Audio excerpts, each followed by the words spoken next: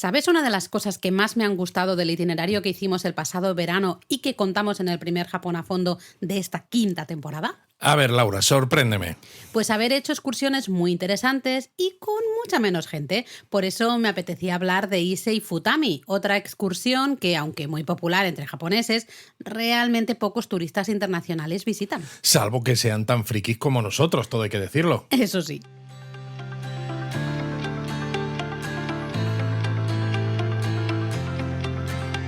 Bienvenidos a Japón a Fondo, El podcast sobre Japón de la mano de Japonismo. patrocinado por Lexus. Experience Amazing.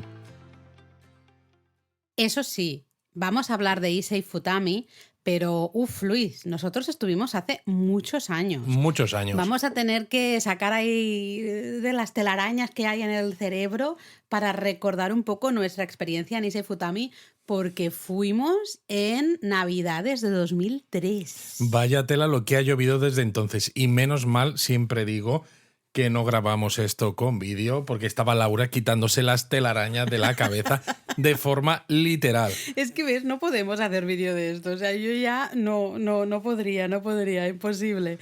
Ya sé que nos lo pedís, pero no queréis, de verdad que no queréis, ¿no?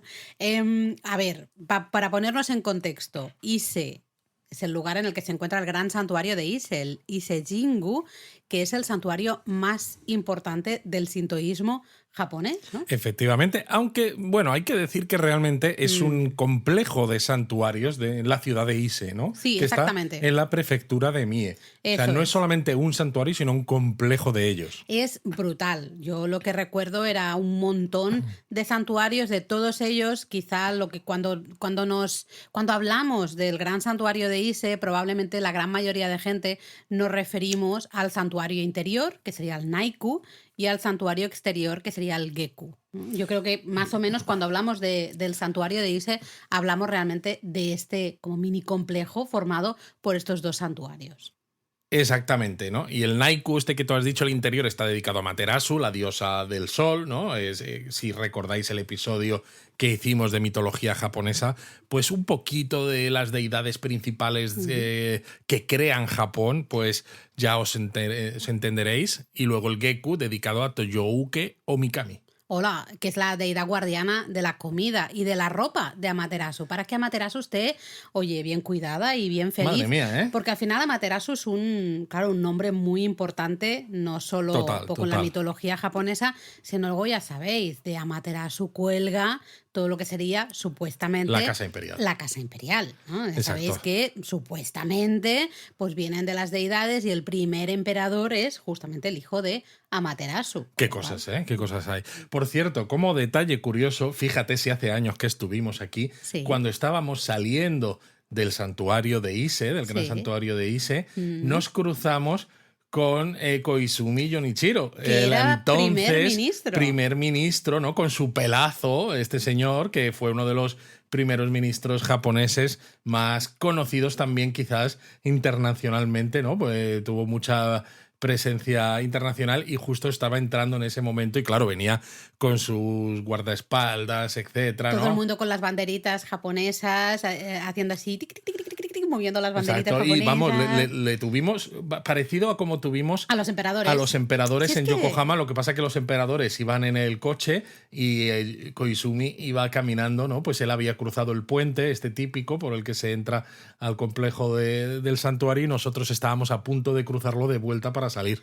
Total. De hecho, no sabíamos nada. O sea, evidentemente sabíamos quién era Koizumi, pero que no sabíamos en ese momento por qué estaba ahí, ni no teníamos ni idea de que estaba prevista esa visita. Nosotros íbamos, nosotros íbamos y ya está. De vacaciones, Navidad, pues que, en fin, ¿no?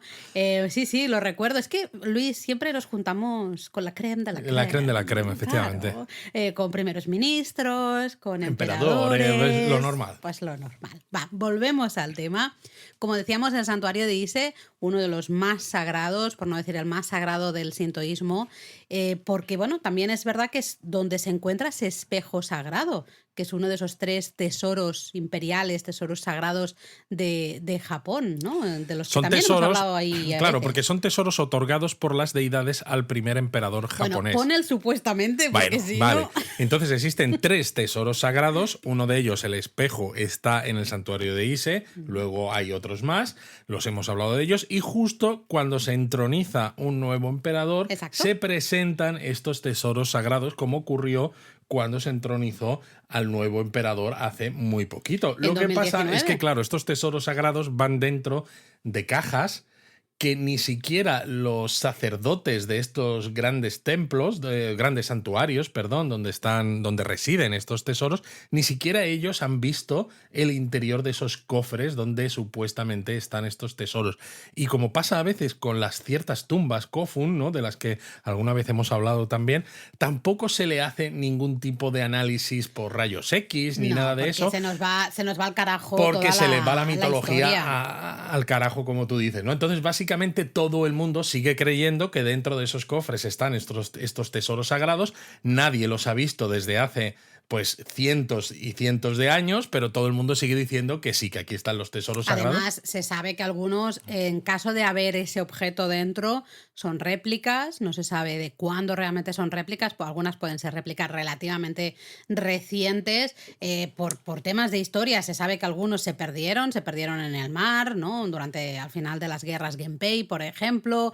En fin, que hay mucha historia. Si os interesa, podríamos Pero bueno, hacer un incluso artículo, lo que se perdió un en la episodio, guerra ¿no? Genpei, pues tampoco sería realmente el Vete tú tesoro a saber, original, que a vete tú saber a de saber. dónde surgió y de Sí. cuándo. Bueno, es que claro, partimos de la base que nos tenemos que creer que Que las deidades le dieron esto a un Eso es. primer emperador mítico, además. que es el como primer Jimmu, ¿no? emperador mítico, justamente descendiente de Amaterasu, ¿no? La hija también de las deidades.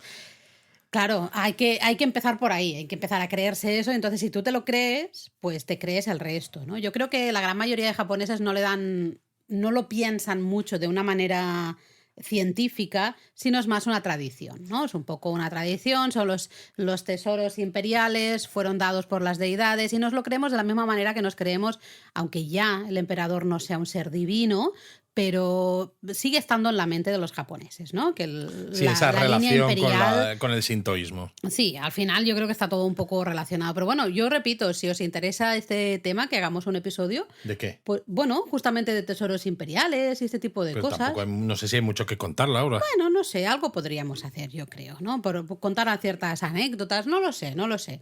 Yo lo dejo ahí como idea, ¿no? Pero fíjate si el santuario de Ise es importante, que el sacerdote o sacerdotisa principal del santuario siempre tiene que proceder de la casa imperial japonesa. Sí, bueno, de alguna rama. Eso es, ¿no? Además, también sabemos, muchas doncellas tenían que ir siempre de la casa imperial, siempre tenían que ir a justamente trabajar, entre comillas, al gran santuario de Ise. Esto sigue estando...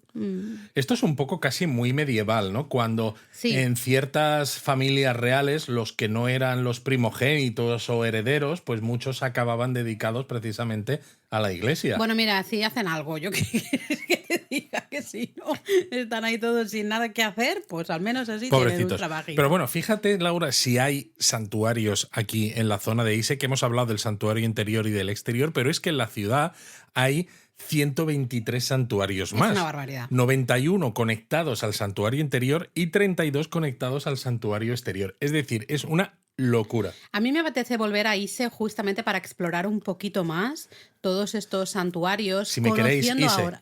Sabía que lo ibas a... En algún momento sabía que lo ibas a meter. No me esperaba que fuera ahora. Repito, no Porque quiero... hay que ir a Ise, hay que ir, y luego hay que irse No se para puede, volver a no casa. se puede. Ustedes perdonen, ¿eh? Es el comienzo casi Ahora, de la temporada, me todavía has hecho estamos. perder el hilo, Luis. Que no sé Perdón, qué estaba diciendo. perdón. Bueno, decía que quería eso, que Querías quería volver. volver, porque claro, ahora conocemos un poquito más también de la propia ciudad de Ise, de la importancia del gran santuario de Ise, de todos estos santuarios, ¿no? Entonces me apetecería ir y explorar un poco más a fondo, Japón a fondo, un poco más a fondo, justamente toda la zona de Ise. Y entonces haríamos otro episodio que sería Japón a fondo a fondo. Japón a fondo, sí, ¿por Muy qué bien, no? muy Oye, bien. pues sí. ¿Eh? Pero bueno, centrémonos porque 123 santuarios, si nos ponemos a hablar de cada uno de ellos, esto dura Mañana todavía estamos aquí. y no que hay mucho trabajo por hacer, así que no podemos. Pero hablemos quizá un poco de los santuarios justamente, ¿no? El interior y el exterior, el Naiku y el Geku, que justamente es lo que decíamos antes. Son, cuando uno habla del gran santuario de Ise, básicamente está hablando de estos dos santuarios. Lo que pasa es que realmente el acceso a los santuarios Geku y Naiku está hiper limitado. De hecho, Exacto. como público, cuando tú vas a Ise y dices, oh, qué bien, voy a ver los grandes santuarios estos, ¿no? El interior y el exterior del santuario más sagrado para el sintoísmo, y resulta que lo único que ves son los tejados de algunas estructuras que sobresalen por encima de vallas de madera porque no puedes ni siquiera entrar a verlos, que dices, ¿what? Exacto, eso no lo estamos vendiendo bien. Ya sé que ahora estáis todos diciendo, pues entonces, ¿para qué vamos a ir? Entonces, ¿para qué vamos? Efectivamente. ¿Para qué vamos, no?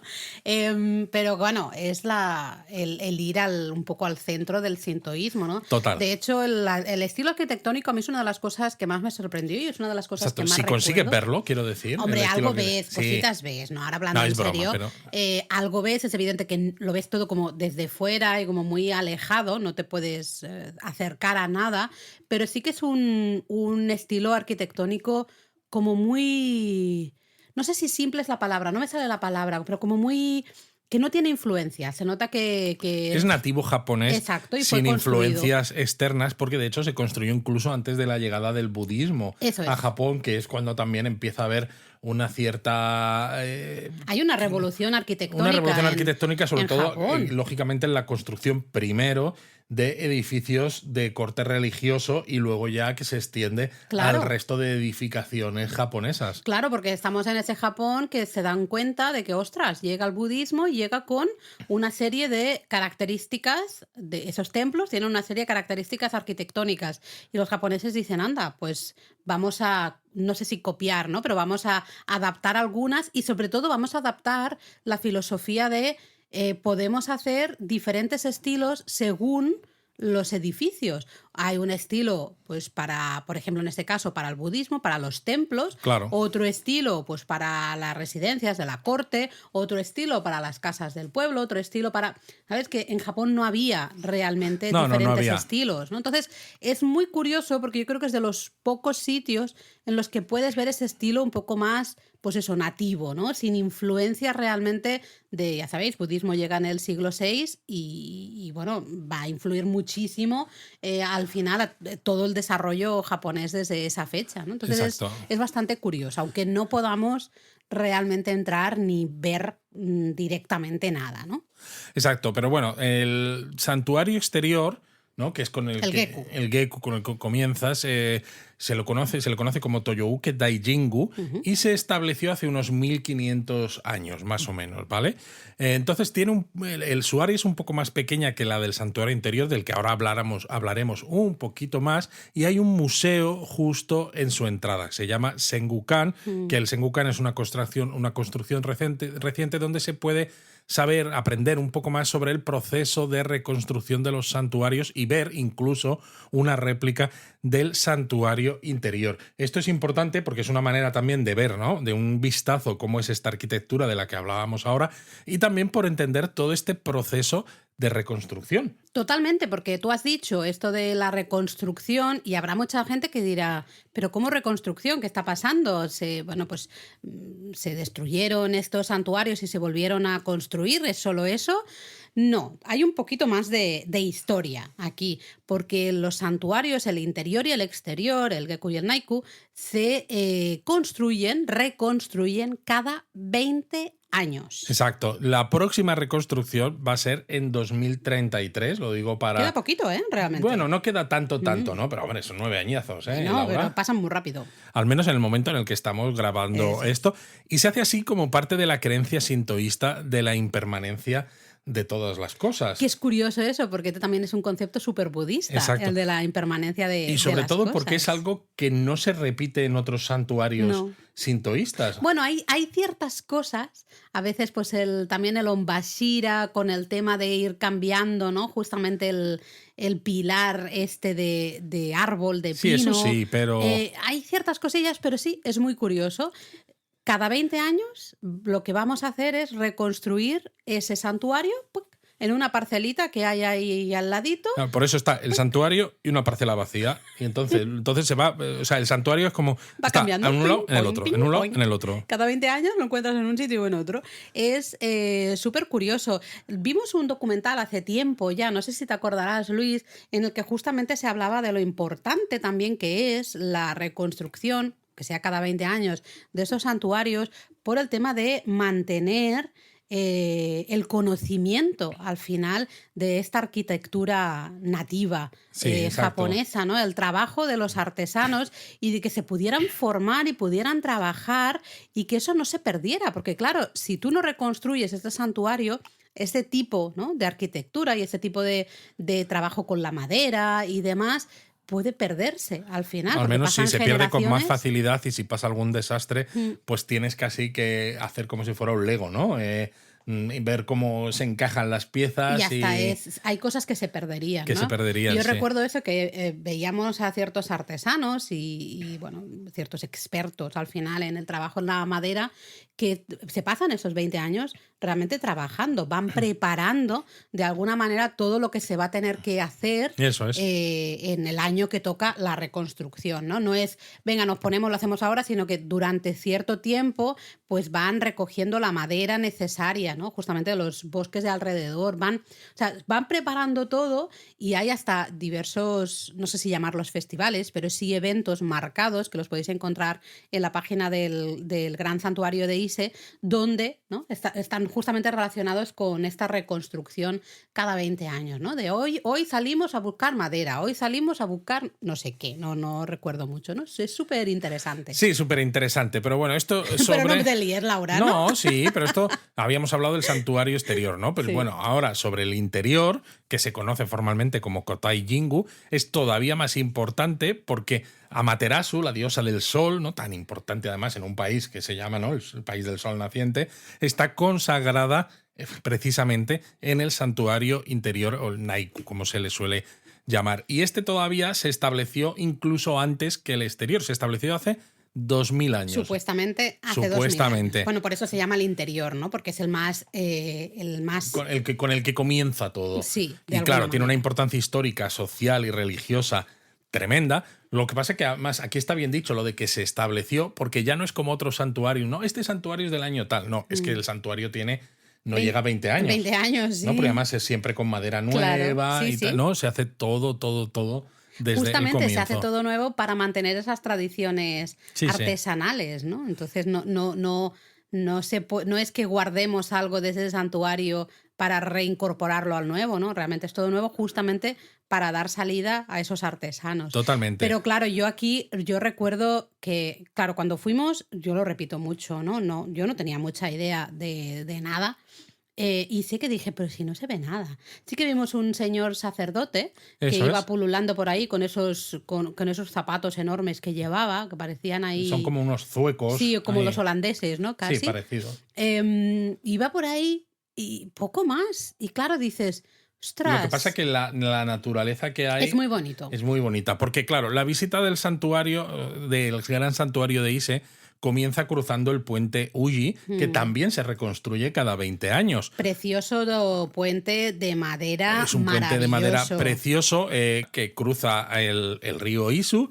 Y una vez que lo pasas, pues pasarás por debajo de dos grandes tori de madera hechos con antiguos pilares del santuario y te dirigirás a ver el santuario exterior primero. Exacto. Para luego ver el interior. Y decíamos eso, ¿no? Que es una zona de una naturaleza preciosa, ya primero por el propio río que cruzas, pero luego porque el paseo por el que vas y te vas acercando hacia estos santuarios exterior e interior, pues el camino es de gravilla, pero a los lados hay unos árboles gigantes Es que te alucinante. dejan con una sensación de pequeñez, que realmente yo creo que también es en parte lo que se busca. Sí, recuerdo subir unas escaleras para llegar a, pues eso, a la zona de los santuarios.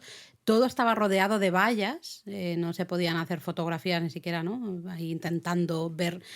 Casi no se puede ver nada, pero sí que es verdad que la zona, no sé si es porque dices, bueno, sé que es un lugar importante para el sintoísmo japonés, pero se siente como muy espiritual, ¿no? Sí, Hay hasta la música, es una música tradicional, clásica, japonesa, música sintoísta. sí, ¿eh? Y todo esto como que te lleva a decir, wow, realmente no estoy viendo nada, no puedo decir que sea, oh, mira qué arquitectura más impresionante, tal.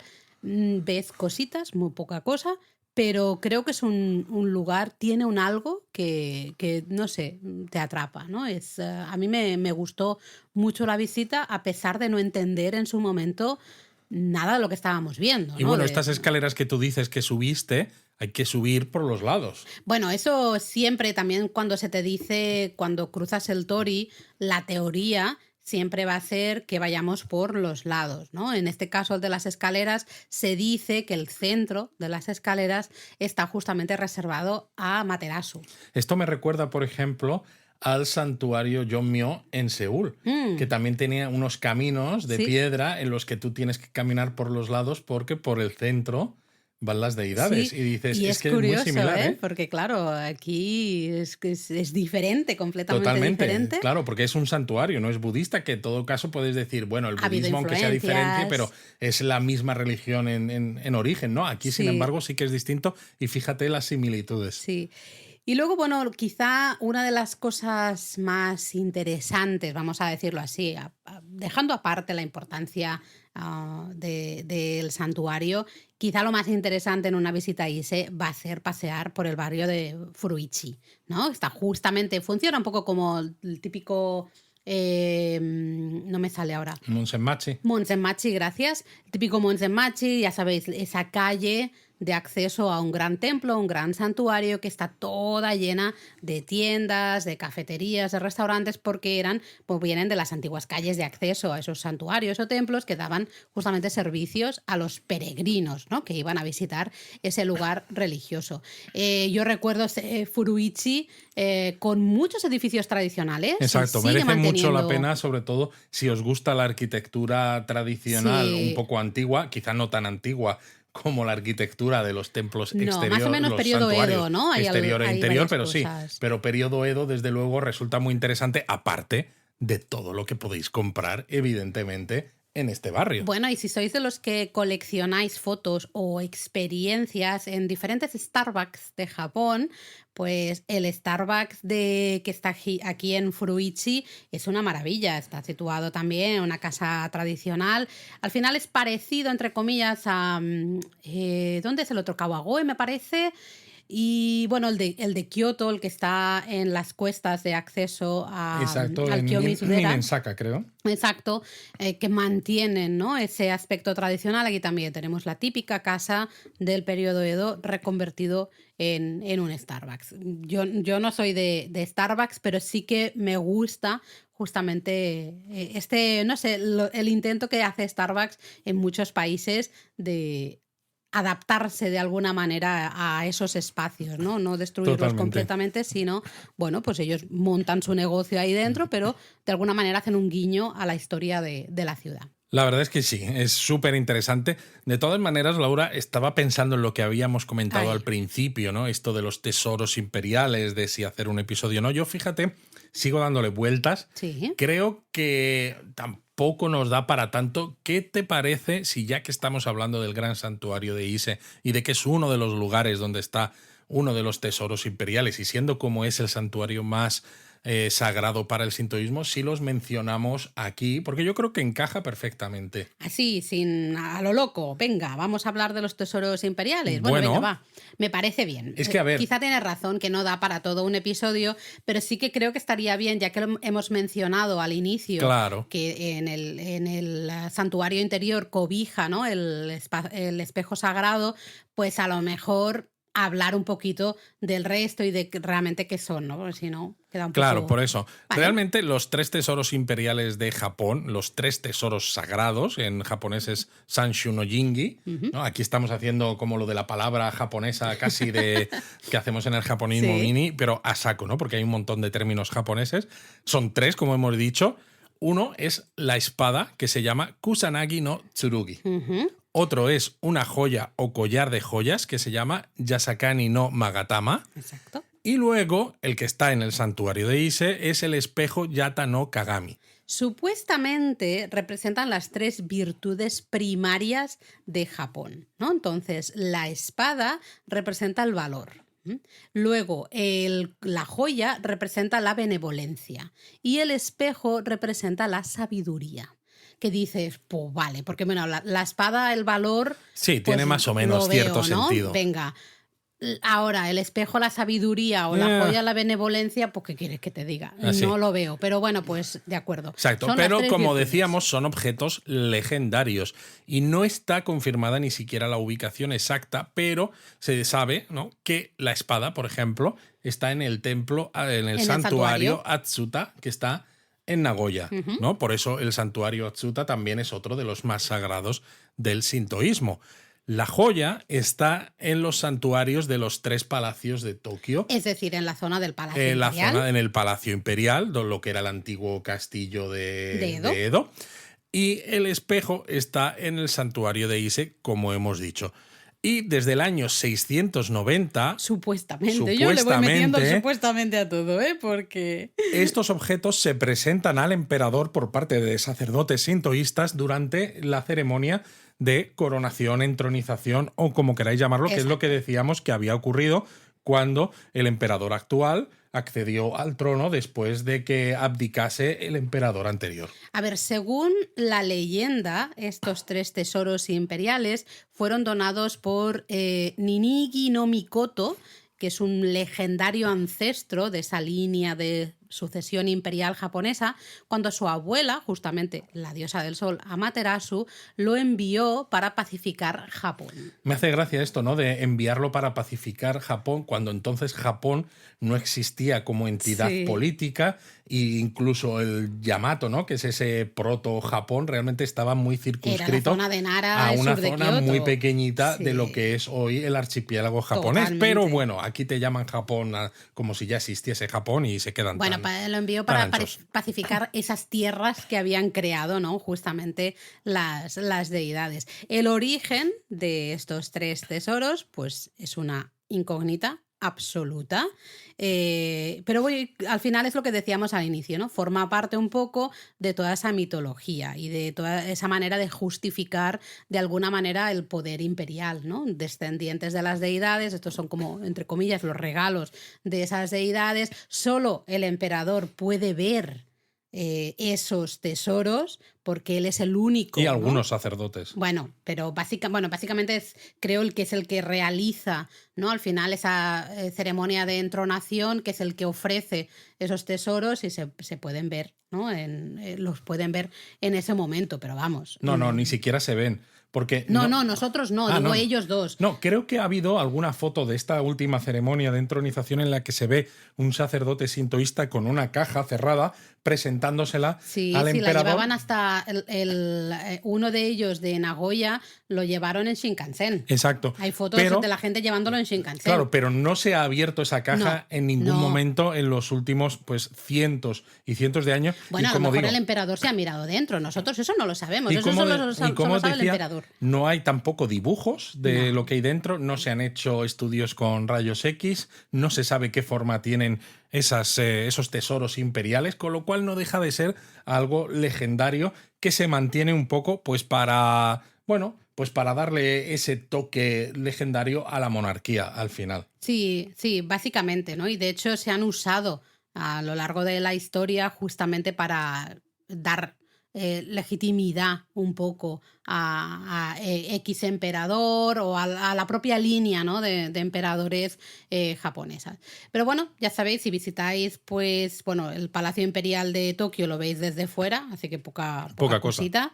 Visitáis el santuario Atsuta en Nagoya o visitáis este gran santuario de Ise, pues que sepáis que supuestamente estos 3 tesoros pues están cada uno en uno de estos 3 lugares. Pero bueno, Laura, yo creo que podemos hablar de alguna otra cosa como Meoto Iwa, porque de los tesoros imperiales se podrían decir alguna cosa más, pero... Bueno, la verdad es que sí, porque hay, claro, muchas leyendas, ¿no? Y muchos momentos históricos que a lo mejor podríamos mencionar al final de las guerras Genpei, por ejemplo, o uno más reciente en la Segunda Guerra Mundial. Bueno, sí, ¿no? Se dice que el emperador Showa estaba más preocupado por reubicar estos tesoros que preocupado por la destrucción de su propio país, ¿no? Que Ya dice, ves. madre mía, pero bueno, yo creo que esto ya... Sí, ya lo podemos dejar ahí y como tú bien dices, hablar quizá de Meoto Iwa. Sí, sobre todo porque creo que es una visita que encaja perfectamente con la del gran santuario de Ise. Está relativamente cerquita y cuando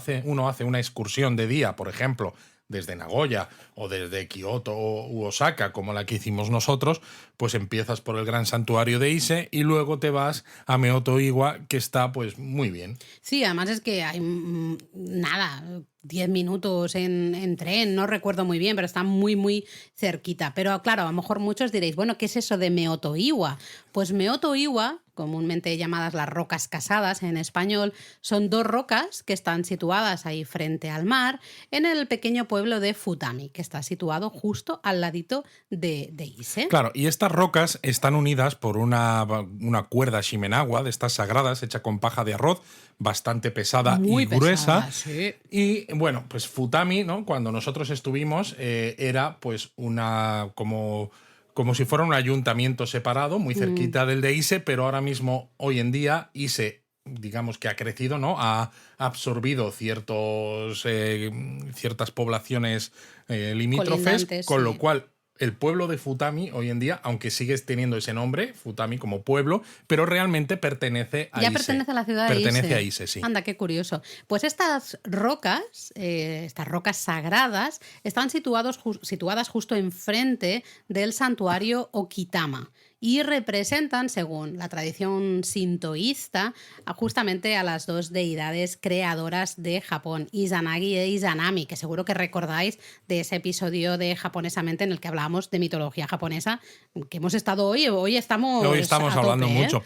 De hecho, claro, representan por eso también a la unión del hombre y la mujer, ¿no? Y de ahí los kanjis del nombre de Meoto Iwa. Pero de eso hablamos después, Luis. Sí, yo creo que sí. Y la cuerda shimenawa, esta que decíamos que une las 2 rocas, representa justamente el concepto de musubi, que es la unión entre ambas rocas, entre ambos dioses, o esa unión que hay entre personas. Entre personas, ¿no? el lazo que une, ¿no? el a lazo, las exacto. personas. Yo creo que es la representación, Una representación más gráfica, pero física, pero y que no es el único, o sea, no es el único sitio donde hay rocas casadas, No. en Japón. O sea, es quizá el más famoso. bueno, pero vimos, mira, ahora en verano, justamente. En Itoshima, por Eso ejemplo, es. más o menos a unos 45 minutos en autobús desde Fukuoka, también Ahí hay vimos otras las rocas casadas. rocas casadas, sí, sí. En la gran mayoría de casos, casi siempre es igual, la roca más grande representa al hombre. En este caso, en el de las rocas casadas de Futami, mide unos 9 metros de alto, ¿no? Mientras que la roca más pequeñita siempre representa a la mujer y mide, en este caso, unos 3,6 metros de alto. Que eso me hace Exacto. siempre mucha gracia porque sucede hasta con las tazas para beber té, Sí. con los cuencos del arroz, ¿no? Lo tradicional en Japón siempre será que un poquito más grande es el hombre, un poquito más pequeño es la mujer. Que a mí eso me hace mucha rabia, porque a veces el cuenco del arroz, tú tienes un cuenco que es la medida para mí perfecta, y en cambio a mí me Pero a toca... ti porque te gusta comer mucho. Será por eso, pero claro, a mí me toca el cuenquito pequeño. Y Claro, dices, Laura, ¿por pero qué? tú eres mucho más bajita que yo. Ya, pero ya sé, debería comer menos. Bueno, es igual, esa es otra historia, ¿no? Pero tú hablabas de esa cuerda shimenawa, decíamos que era muy pesada, muy gruesa. Bueno, más de 1 tonelada, Laura. Ahí está, más de 1 tonelada. Y atención, porque eso, cuando lo ves desde la costa, quizás no eres consciente de ello, mide unos 35 metros de largo. Claro, porque tiene como varias vueltas Eso y demás. Y se debe sustituir 3 veces al año en una ceremonia especial que se hace en mayo, en septiembre y en diciembre. Telita. Qué telita, claro, o sea, impresionante. Luego ¿Cómo también mueves eso, por Es Dios? que, bueno, claro, hay mucha gente participando Bueno, por las para poder deidades, mover por eso. Izanami e Izanagi, ¿cómo Totalmente, y mueves por eso, eso? claro, se congregan muchos curiosos Ya ves. para ver ver este momento, porque realmente es uno de los momentos más especiales para visitar Supercurioso. Futami y las dos rocas casadas. Sí. Y lo curioso también es que en la roca que representa al hombre se vais a ver un pequeño tori sintoísta. Es cierto, no me acordaba de eso. El pequeño tori, Muy es verdad. pequeñito. Ahora lo estoy viendo aquí en mi cabeza. He quitado las telarañas y me acuerdo de esa estampa. Lo que sí también recuerdo es que la cuerda Shimenawa, que une, ¿no?, justamente estas dos rocas, existe al menos desde el siglo XIV. Pero Eso es. realmente el nombre este de Meoto, del que ahora hablaremos un poquito más tarde, es algo más reciente. Es justamente del periodo Meiji. Vale, bastante más reciente. Y claro, siendo dos rocas casadas, ¿no?, que representan esa unión también de hombre-mujer, aparte de las deidades y demás, no es de extrañar que sea un destino muy popular entre parejas que van a casarse o aquellas que acaban de hacerlo, y es muy común ver estas parejas pues rezando frente a las rocas, ya que justo están ahí porque hay un santuario sintoísta, solicitando a las deidades un matrimonio duradero y fuerte. Exacto. Además, el mejor momento para ver las rocas es probablemente en el amanecer, en los meses de mayo, junio y julio, que supuestamente se ve ahí el sol que aparece entre las rocas. Sí, claro, pero en esos meses, para ver el sol salir, Ahí está. más o menos esto es a las 4:30 de la mañana. Con lo cual a las 4 y algo hay que estar ahí. Madre mía, o sea, yo no sé si madrugaría tanto. Pero bueno, al menos aquí queda dicho, por si hay algún japonista lo bastante loco, que a lo mejor... Los hay, Luis, No, los lo hay. sé que los hay, pero si a lo mejor se tiene el hotel por la zona de Ise, porque ya ha visitado algunos otros lugares y dice, mira, quiero quedarme aquí para luego visitar, yo qué sé, partes de Kumano Kodo, por ejemplo, ¿no?, que ahora Sí. también hablaremos un poco más de ello, pues dices, pues a lo mejor me encaja. Pero la verdad es que están bonitas en cualquier época del año, con la marea más alta, con la marea más baja, un poco con la luz de la luna. Si vais en una noche, pues por ejemplo de septiembre, de luna llena, con esa primera luna llena, ¿no?, la luna de la cosecha, a lo mejor con un atardecer bonito, pues también, ¿no?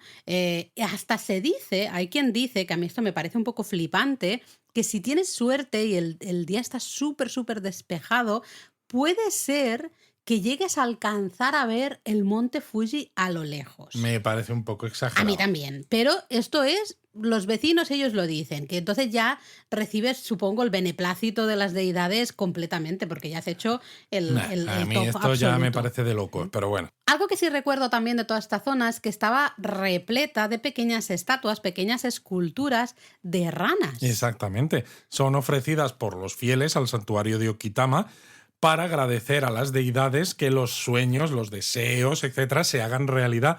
Y por eso la imagen de la rana se ve como un amuleto de la buena suerte. Eso es. Esta zona quizá es bastante turística entre japoneses, ¿no? Nosotros vimos a bastante gente, vimos a bastantes parejas. Pero Bastantes es que entre comillas. bastantes entre comillas, sí. Pero es que además en los alrededores del complejo este del santuario y las rocas casadas, pues hay un acuario, con lo cual ya hay muchas familias también que se mueven por ahí. Hay un montón de restaurantes. Es decir, es toda una zona, entre comillas, muy turística japonesa. Exacto, hay tiendas de recuerdos. Eso y es. quizás habría que mencionar que uno de los recuerdos más típicos son los omamori, Sí. ¿no? Estos amuletos de protección o de buena suerte que son rectangulares, de tela, que dentro llevan la ofrenda a la deidad, que no se abren, que normalmente, pues ya creo que les dedicamos un episodio a esto, Sí. pues los tienes el genérico, tienes algunos específicos pues para el parto, otros para cuando conduces coches, otros para tal,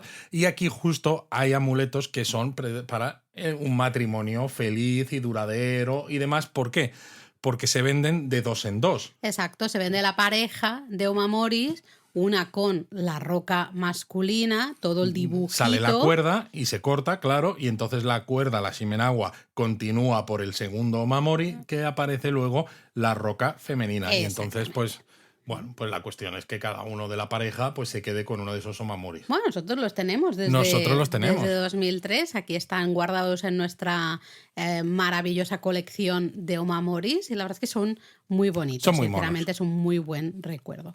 Pero tú has hablado también de Kumano Kodo, ¿no? Justamente decías, te puedes quedar o puedes hacer una excursión de día o quedarte por la O zona para quedarte por allí para explorar, luego ¿no? explorarlo, Bueno, exacto. pero es que es interesante hablar de eso porque justamente el gran santuario de Ise es el comienzo de una de las rutas de peregrinación que llegan a la zona de Kumano Kodo. Cuando Exacto, hablamos la de, ruta Iseji. exacto, cuando hablamos del Kumano Kodo, la gente lo traducimos, ¿no?, como el camino de Kumano, pero siempre hemos dicho que es más de un camino. Hay varias rutas diferentes que conectan diferentes lugares, ¿no?, cercanos Ujú. a esa zona de Kumano, justamente, y luego conectan los 3 grandes santuarios de Kumano.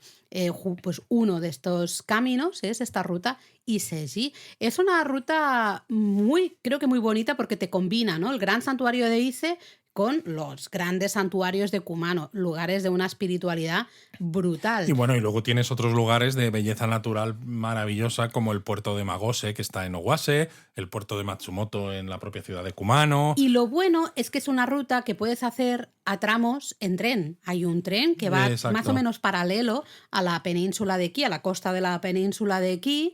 Entonces tú puedes hacer muchos tramos en tren y luego otros tramos puedes hacer un poquito como Exacto, mini y no pasa excursiones nada porque lo hagas así, ¿eh? Nadie No, te claro va que a no. mirar raro ni te va a decir, oh, tú eres mal peregrino. No, no, no, en absoluto. Con lo cual, pues es bastante interesante para combinar pues lugares que ahora mismo son muy populares, como lo que es Mm, Kumano Kodo en general, sí. con otros lugares que son muy sagrados para el sintoísmo, como Ise. De todas maneras, tenéis un articulazo dedicado exclusivamente a la ruta Iseji, con un montón de recomendaciones de qué ver, con un montón de recomendaciones de, bueno, esta parte la puedes hacer en tren porque a lo mejor no hay, o el camino casi ha desaparecido, no está en buen estado. Párate en este sitio, visita este puerto, visita esta playa o visita lo que sea. Os contamos toda esa ruta justamente en la web. Así que echadle un vistazo, ya sabéis, japonismo.com. Eso es lo que te iba a decir, ¿no? Porque viendo como algunos lectores o No, lectores no. espectadores en Exacto. TikTok, ¿no? Cuando les dices que tienen más información en la web, te dicen, ¿Qué ¿qué web? web? ¿No? Entonces hay Entonces, que especificar que la web en este caso es japonismo.com. si buscáis Iseji, ¿no?, japonismo en Google, pues ahí vais directamente a japonismo.com al Y artículo Seiji de con J-I Iseji. al final, ¿eh? Y Exacto. Seji, como diría Jaime. Iseji. ¿Ah?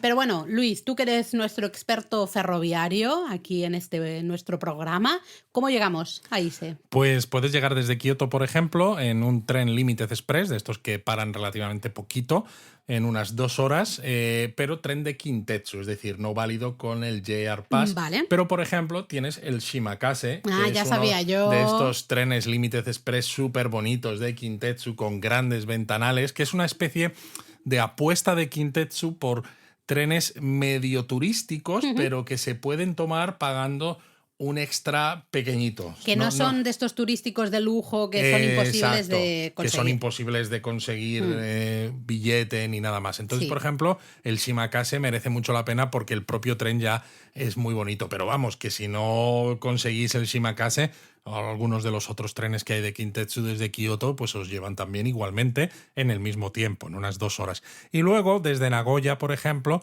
tenéis también trenes Limited Express de Kintetsu o la línea Rapid Mie, esta sí que es de JR, la Rapid Mie, con lo cual esta última se podría usar con el JR Pass y más o menos se tarda 1 hora y media. Vale. No es mucha diferencia entre Kioto y Nagoya, No demasiada. Curioso. Lo que pasa que, claro, el santuario interior, que hemos dicho, está un poquito alejado de la estación de Ise, ¿no? Por eso decimos que lo primero que hay que visitar sería el santuario exterior, que está a unos 10 minutos a pie de la estación, y desde Factible. allí tomar un autobús al santuario exterior. Es que, claro, el complejo Yo lo recuerdo es mucho más grande de lo Sí. que parece. No recuerdo mucho los traslados de cómo nos movimos de un sitio a otro, es que hace muchos años, madre mía. Pero sí recuerdo decir, madre, esto es más grande de lo que yo pensaba. Claro, a eso me refiero. Que me superó un poquito. Bueno, pues ya sabéis, pero bueno, Luis, yo creo que nos ha quedado aquí un Japón a fondo muy bonito y es que no nos da Muy tiempo. bonito, muy tradicional y muy sagrado, casi. Muy sagrado, pero es que no nos da tiempo para... Japonismo Mini. Bueno, ¿y qué contamos en este Japonismo Mini, Laura? Bueno, yo creo que hay que celebrar ese montón de premios Emmy que recibió Shogun. Exacto. 18 premios Emmy, récord absoluto, y la primera vez que una serie principalmente rodada en japonés Ya ves. recibe el premio a mejor serie. También recibieron premios, ¿no? Pues el actor principal, la Y la actriz.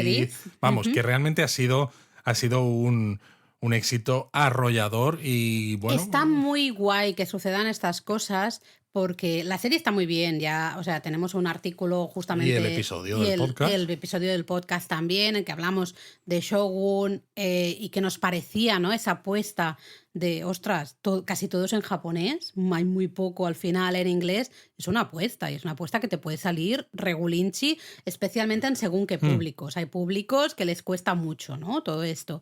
Mm, Está guay que se dé como un poco una aprobación de alguna manera, totalmente. oye, pues la apuesta os ha salido bien, porque realmente habéis hecho pues un muy buen trabajo, sí, está todo en japonés, pero estamos en un momento en que una serie que está hecha para el público general puede estar en un idioma que no es el preferido o el usado por el público en general, ¿no? Y creo que eso es muy bueno y de aquí pueden salir otras apuestas, otras Totalmente. series Esperemos que pues sí. Bueno, al menos la diferentes. segunda y tercera temporada de Shogun, seguro. Qué guay, tengo ganas. Algo más en Japonismo Mini. Yo es que Bueno, estoy un yo, poco seca hoy, no, no yo quería sé. comentar que estamos a muy poquitos días de celebrar el 60 cumpleaños de la línea Tokaido Shinkansen, Ah, el primer amigo. tren de alta velocidad del mundo. Que Wow. bueno, yo creo que a lo mejor habría que hacerle un episodio la semana que viene, ¿no? Venga, va, a ver, ¿cómo me lo pides? Pídemelo. Por favor, pretty please.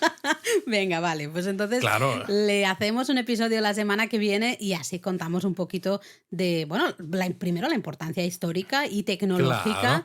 de esta línea. Aunque hablando de tren bala ha sido curioso porque justo hace unos días, ¿no? Ocurrió que en la línea Tohoku, que es esta línea hacia el norte de Japón, donde a veces hay trenes que van combinados, es decir, van acoplados, trenes de la línea Tohoku, en este caso con un tren de la línea Akita, Ujú. ¿no? Un E5 y un E6, pues se acoplan en Morioka o se desacoplan en Morioka, pues estaban circulando a 315 kilómetros por hora y se desacoplaron en marcha. Y bueno, claro, pues se lió entre comillas, porque cuando pasa esto, los trenes, gracias a Dios, se separaron, con lo cual no hubo choques, no hubo descarrilamientos, no hubo absolutamente ningún herido, no hubo Pero ningún qué daño en los susto. propios trenes, pero claro, el hecho de que esto pasase a 315 kilómetros por hora, que no debería pasar, porque que yo sepa, y por lo que he leído por ahí, este tipo de acople que utilizan estos Shinkansen se utiliza en todo el mundo, ¿no? Sí. Es bastante común, en este caso no es una tecnología propia, y nunca se había dado que trenes acoplados se desacoplasen en marcha a esas velocidades, ¿no? Entonces, claro, mientras se investigaba y esto, la propia línea Tohoku estuvo suspendida durante algo más de 5 horas. Tú imagínate el impacto que tuvo eso Qué en los caos. viajes de ese día, ¿no? Y claro, alguna de las explicaciones puede ser que, porque parece que físicamente el acople no tenía ningún problema, que fuese algo de la conexión eléctrica, porque al final el acople, ¿no? Lleva cableado por dentro para que eso quede bien unido y que soporte la presión, ¿no? De los dos trenes juntos. Y claro, no había pasado nunca, pero dicen, claro, es que en el caso de estos Shinkansen, como se acoplan y desacoplan varias veces al día, cada día, pues realmente esto pues, puede sufrir más que en otros casos donde los acoples son muy poquitos los que se hacen, ¿no? Entonces Pero resultó tremendo, curioso, sí, tremendo, sí, sí. vaya susto. Pero bueno, hablaremos también, no de esto, sino de la Tokaido en el siguiente Sí, episodio. Y yo sí que me iría a comentarios sí. ya. Y mira, quiero destacar uno de Kat sobre el episodio del itinerario que nos decía, excelente episodio, justo en noviembre haré la excursión de Kioto a Himeji. ¿Recomiendan primero el castillo y luego subir al monte o hacer al revés? Dice Yufuin, le tenemos ganas hartas desde el año pasado que se nos complicó ir. Se antoja para varios días de relax. Son geniales. Bueno, muchas gracias. Yo creo que la visita entre castillo y monte me da un poquito igual, yo diría. Quizá, no sé, estoy pensando aquí ahora directamente, pero si haces primero el castillo para quitarte un poco las hordas de gente, intentar ir justo cuando abren el castillo, ver el castillo y luego a la hora de comer, digamos, ir al monte. Sí, es El monte bastante estará posible. más o menos tranquilo a cualquier hora, Yo ¿no? creo que sí. De todas maneras, está un poquito igual. Eso Además, sí. como el autobús que utilizas para llegar hasta la estación del teleférico, desde donde subes al monte y ya comienzas el camino, como ese autobús empieza en la estación de Himeji, Sí. pero luego sube por la calle principal y gira justo por la calle donde está la entrada Cierto. al castillo, Lo puedes tomar ahí. Claro, lo tomas ahí el De autobús y todas perfecto. maneras, creo que da un poquito igual. Mientras estés controlando las horas, tengas muy claro, ¿no? Para que te dé tiempo a todo. Digas, bueno, a tal hora tengo que estar en el castillo, tengo que estar en el monte, ¿no? Mientras lo tengas claro, yo creo que te da un poquito igual, Sí. sinceramente. Me da a mí la sensación. Pero quizá yo haría primero el castillo y luego el monte por aquello de intentar no encontrarme tanta gente en el castillo, porque a lo mejor a las 11 de la mañana en el castillo hay más gente. Totalmente, sobre todo porque al final el castillo está más cerca de la estación y hay mucha gente que no se queda a dormir en Himeji. Y que llega... Eso significa que llegas desde Kioto, desde Osaka, pues Y eso, no se lo toman, no dicen a las 7 de la mañana me a levanto eso para me estar ahí a refiero, primera eso me hora. refiero. Entonces llegas a eso a media mañana, Y se va con lo acumulando, cual, ¿no? si tú lo haces a primerísima hora, en cuanto abran, pues vas a estar muchísimo más tranquilo. Yo creo que eso es importante para que tener una experiencia turística Sí, un poco mejor. Y luego, mira, en el último episodio de la temporada anterior, en el que hablábamos del Furoshiki, también un resumen de lo que había dado de sí la temporada, Manfred Mejías nos dice que muchas gracias por esa pasión en el trabajo y vida. Y dice, ya tuve la experiencia de hacer un viaje a Japón y sé que sin toda la información de ustedes, el viaje hubiese sido diferente. Ay, muchas gracias. Sí. Y nos pide, como idea, hacer un episodio en el podcast sobre un viaje en tren a través de Japón, pero no en tren bala. Interesante, porque además esto es algo que habíamos nosotros hablado. Sí, lo habíamos que pasa es que hay pensado, que pero pensarlo un poquito bien cómo lo Sí, porque puede cómo ser lo muy largo organizamos. también, sí. Ay, bueno, Laura, y fíjate, ya que acabamos con los comentarios, tú decías que si teníamos algo más para Japonismo Mini, las noticias, perdón que vuelva. Te has acordado ahora, Me no pasa acabo de nada. acordar, sí, me había acordado antes cuando estábamos grabando, pero como estábamos luego hablando de otros temas, que si Mioto Iwa, que si la ruta Iseji, y esto se me volvió a ir. Estaba hablando de que este 7 de noviembre 7 de noviembre. es una fecha especial. 7 de noviembre es una fecha especial. Me está mirando Luis diciendo, tienes que saber qué es el 7 de noviembre. ¿Qué se pone a la venta el 7 de noviembre? No sé. ¿Qué se pone a la venta el 7 de noviembre? Pues la segunda edición de nuestro primer libro. Pues fíjate que no me acordaba, Luis. Madre ¡Qué mía, fuerte! Laura. Madre mía, Laura. A ver, es que estamos tan a tope que a mí no me da. Es verdad, ya sabéis que sale esta segunda edición renovada, rediseñada, corregida y ampliada de nuestro primer libro, Japonismo, un delicioso viaje gastronómico. Aquí me gustaría romper una lanza en favor nuestro y de nuestra editorial, ¿no? Porque generalmente cuando tú ves libros con la etiquetita de segunda edición, tercera edición, realmente lo que están poniendo a la venta son reimpresiones. Cierto. Porque es exactamente el mismo libro que se lanzó, lo único que se ha agotado las unidades, ¿no? Bueno, la tirada eso también inicial. es importante, porque ¿qué es edición? Edición pueden ser 100 libros, Bueno, pueden eso ser también. 500, pueden ser 1000. Claro, si tú haces una primera tirada muy edición. pequeña, pues luego le pones el cartel de segunda, tercera edición, aunque hayas vendido 500 libros, ¿no? Exactamente. Realmente nuestro primer libro, El Japonismo, un delicioso viaje gastronómico por Japón, ha tenido varias reimpresiones, pero nuestra editorial, como esas reimpresiones eran exactamente iguales a lo que se había lanzado inicialmente, no le ha puesto la etiqueta de nueva edición porque realmente no lo es. Una edición, para que se pueda considerar como nueva desde el punto de vista editorial, si se quieren hacer las cosas bien, evidentemente, tiene que tener cambios respecto a lo que se lanzó. Entonces nosotros, en este caso, sí que tenemos una edición, pero totalmente renovada por eso, porque la portada es nueva. La foto nuestra de la contraportada es nueva. El diseño también, aunque parecido, pero es nuevo. Es completamente nuevo. Sí. La introducción que escribimos es nueva, la hemos hecho una nueva para esta edición. Hay un capítulo, iba a decir episodio, estamos aquí con el podcast. Hay un capítulo que es totalmente nuevo, que no estaba en la primera edición. Hemos corregido erratas, porque aunque intentes cuidarlo mucho, al final siempre alguna secuela.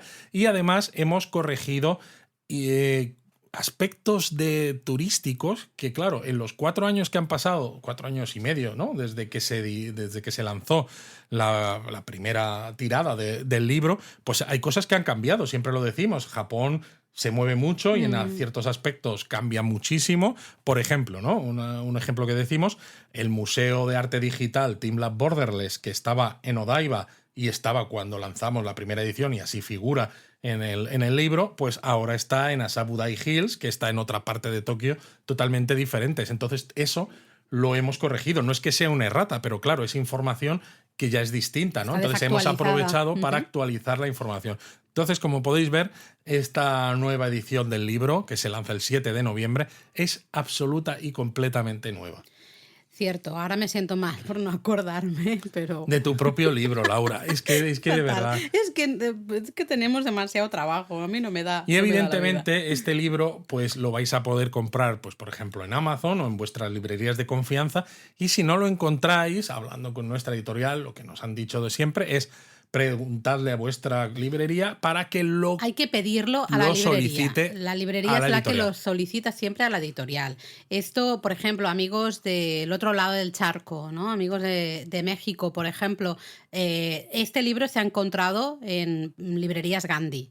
¿Por qué? Porque hubo gente que lo solicitó y fue Librerías Gandhi la que hizo el pedido a la editorial para traer varios libros y venderlos, ¿no? Con lo cual la idea es siempre la misma, es pedir a la librería que lo traigan y es la librería la que entonces, si no lo tiene, porque no está en la distribución, ¿no?, de esa editorial, es la editorial la que manda esos libros a la librería para que la librería los pueda distribuir. Exacto. Y bueno, yo creo que era una noticia importante que había que contar. Tienes toda la razón. Nos hace mucha ilusión, ha sido un curro, ha sido un trabajo importante porque, bueno, había que actualizar muchas cosas y teníamos un tiempo un poco ajustado entre viajes y, bueno, el trabajo en sí, pero estamos muy contentos también de cómo ha quedado y sobre todo de que hemos renovado todo ese libro pues para toda esa gente que va a seguir viajando a Japón, ¿no? Y que se está planteando ahora de primeras viajar a Japón, y también es una confianza de la editorial, ¿no?, en que realmente el libro se ha vendido bien y que quieren que se siga vendiendo bien y que confían en nosotros. Es mantenerlo actualizado, ¿no? Y un poco acorde pues con los tiempos y este tipo de cosas. Entonces está guay.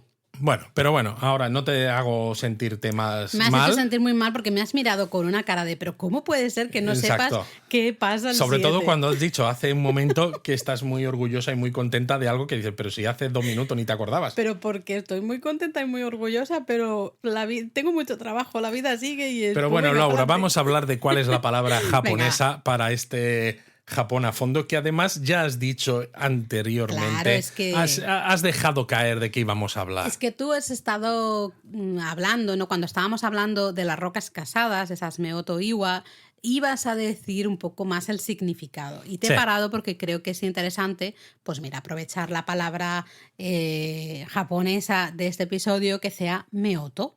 Muy bien. Cuéntame entonces. Bueno, este Meoto Iwa se escribe con 3 kanjis diferentes. Y ya solo conociendo un poco el significado de los kanjis ya se va a entender todo mucho mejor. Ya sabes de qué hablas, ¿no? Exacto. El primero es el kanji de Oto, que significa marido, hombre casado. El segundo es el kanji de Fu, que significa mujer casada, ¿no? Mujer de esposa. Y el tercero es el de Iwa, que es roca. Con lo cual, claro, tenemos ese roca. Si vamos de atrás hacia adelante, ¿no? Tenemos roca, mujer casada y marido, ¿no? La roca de... esposa y esposo. De la esposa y el esposo. Lo curioso es la lectura un poco, porque los 2 primeros kanjis, el de marido y mujer, normalmente se lee como fufu. Una pareja casada, unos esposos, se les llama fufu, ¿no? Son la pareja casada. Pero en este caso se lee meoto. ¿Por qué? Porque el japonés es así. Para hacértelo complicado, ahora se lee meoto en vez de fufu, ¿vale? Bueno, ya sabéis que es eso, ¿no? Los kanjis tienen diferentes lecturas. A veces, pues dices, a veces hay algunas reglas que las puedes más o menos tener en la cabeza, ¿no? Otras veces es pues, como les dé la gana. Entonces, meoto, marido-mujer, iwa, roca, pues las rocas casadas, ¿no? Justamente estas rocas casadas. La roca del marido y la mujer. Eso o sea, qué bonito. Pues Bueno. yo creo que ha quedado un episodio bonito, tradicional, interesante, ¿no? Una excursión curiosa, o si no, un comienzo de ruta de peregrinación Exacto. también Sí, interesante. porque se puede, es lo que hemos dicho, ¿no? Se puede visitar de diferentes maneras, o en excursión de día o como manera de entrar al complejo, ¿no? A la zona del Kumano Además, Kodo. fíjate qué bien, ¿no? Si tú empiezas en Tokio, ¿no? Paras en Nagoya, visitas cosas ahí en Nagoya, que es el Parque Ghibli y demás. Desde Nagoya tomas el tren hasta Ise. Ahí visitas Ise, el Gran Santuario, las Rocas Casadas. Comienzas la ruta de peregrinación Kumano Kodo. Luego llegas hasta Osaka y Kioto, ¿no? Y te estás haciendo una ruta que dices, tienes Tokio y Kioto y Osaka, que es como lo básico, pero con una vueltecilla por la península de Ki Con y mucha Nagoya incluso, espiritualidad, con mucha mucha espiritualidad, naturaleza. mucha naturaleza, Sí. y que le da un toque personal a ese viaje que yo creo que es más que interesante. Me gusta. Luis, ¿cuándo volvemos? Mañana. Venga. Mátane. ¡Mátane!